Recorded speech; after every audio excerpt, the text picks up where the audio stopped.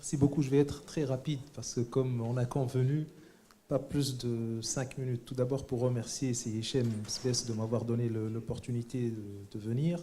Moi je fais partie du collège de l'INT. Je me sens indépendant pour aller au fond des choses et pour commencer par la conclusion. Même si, et c'est peut-être ça le plus intéressant, le plus important, je m'interroge sur les conditions objectives de cette indépendance. C'est-à-dire, si aujourd'hui, moi, je me sens indépendant et que nous faisons en sorte d'être indépendants, est-ce que toutes les conditions sont réunies pour qu'il y ait une indépendance réelle, pas une indépendance formelle? Parce que comme vient de le dire mon collègue, vous savez, entre les textes et la réalité, entre les textes des juristes, l'indépendance, comme d'autres définissaient la liberté formelle et les libertés réelles, je pense qu'il y a une indépendance formelle, il y a une indépendance réelle. Aujourd'hui, les conditions de l'indépendance réelle ne me semblent pas tout à fait réunies. Mais ce qui me rassure quelque part, c'est que même quand j'entends les parlementaires, les élus, eux aussi, ils parlent d'indépendance. Eux aussi, ils disent nous n'avons pas suffisamment de pouvoir, d'autorité aujourd'hui en Tunisie, même si c'est un contexte démocratique. Ils disent nous, en tant que pouvoir législatif, nous manquons de pouvoir, justement, et nous n'avons pas suffisamment d'autorité face à l'exécutif, sans parler des problèmes de la fonction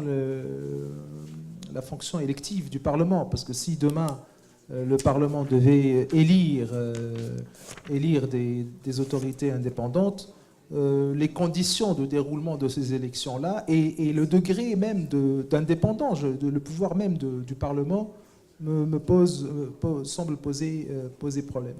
Mais alors, j'ai remarqué, et je vais aller rapidement parce que je pense que la salle doit prendre la parole aussi et qu'il y a un moment pour le déjeuner. J'ai remarqué que dans les recommandations faites dans le rapport sur l'indépendance de l'INT, je pense qu'on a omis deux choses très importantes. Tout d'abord, les opérateurs eux-mêmes. Je ne pense pas que l'indépendance soit le fait de l'INT uniquement ou de l'exécutif uniquement. C'est aussi une question à intégrer par les opérateurs et en tout cas j'ai parcouru le rapport, je n'ai pas vu de recommandations envers les opérateurs et je pense notamment à la gouvernance des opérateurs. C'est-à-dire que si on parle de gouvernance des autorités de régulation, cela se fait dans un contexte très particulier. La Tunisie, c'est un contexte culturel, certes, un contexte politique, certes, mais il y a un contexte, le contexte des acteurs eux-mêmes, la gouvernance des acteurs. Parce que nous, en l'occurrence, quand on est dans les télécommunications, en tout cas, il n'y a pas 36 000 acteurs. On n'est pas, c'est un oligopole. Donc, il faut regarder aussi ce qui se passe au niveau de chacun de ces opérateurs et réfléchir à l'avenir de ces opérateurs-là. Et cela m'amène à ma quatrième remarque, et je vais conclure.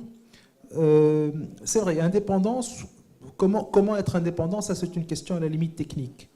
Indépendance par rapport à qui? C'est une question où il y a un volet très politique. Ça a été dit, demain il ne faudrait pas que cette indépendance soit source de fragmentation de l'État. C'est-à-dire, c'est ça la grande peur ou la grande question. On serait dans un État postmoderne, comme certains s'amusent à appeler, et on aurait une fragmentation de l'État avec des îlots de pouvoir ou des îlots d'autorité. Ça, c'est le risque. Mais la question, c'est l'indépendance pour faire quoi? Et en l'occurrence, quand on pense à l'indépendance dans un cadre d'un nouvel État, d'un État postmoderne, cela renvoie également aux fonctions même de l'État. À quoi sert l'État?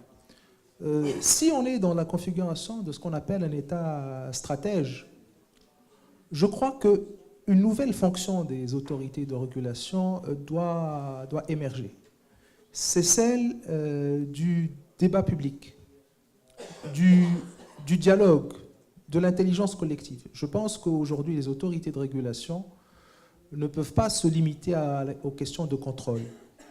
Je crois qu'il y a des débats de fond, des débats de société, et nous, à l'INT, en tout cas, s'agissant du domaine des télécommunications, il y a des enjeux énormes de société, mais aussi de souveraineté. J'en parlais avec mon ami Sinaoufel, qui est lui-même membre du collège.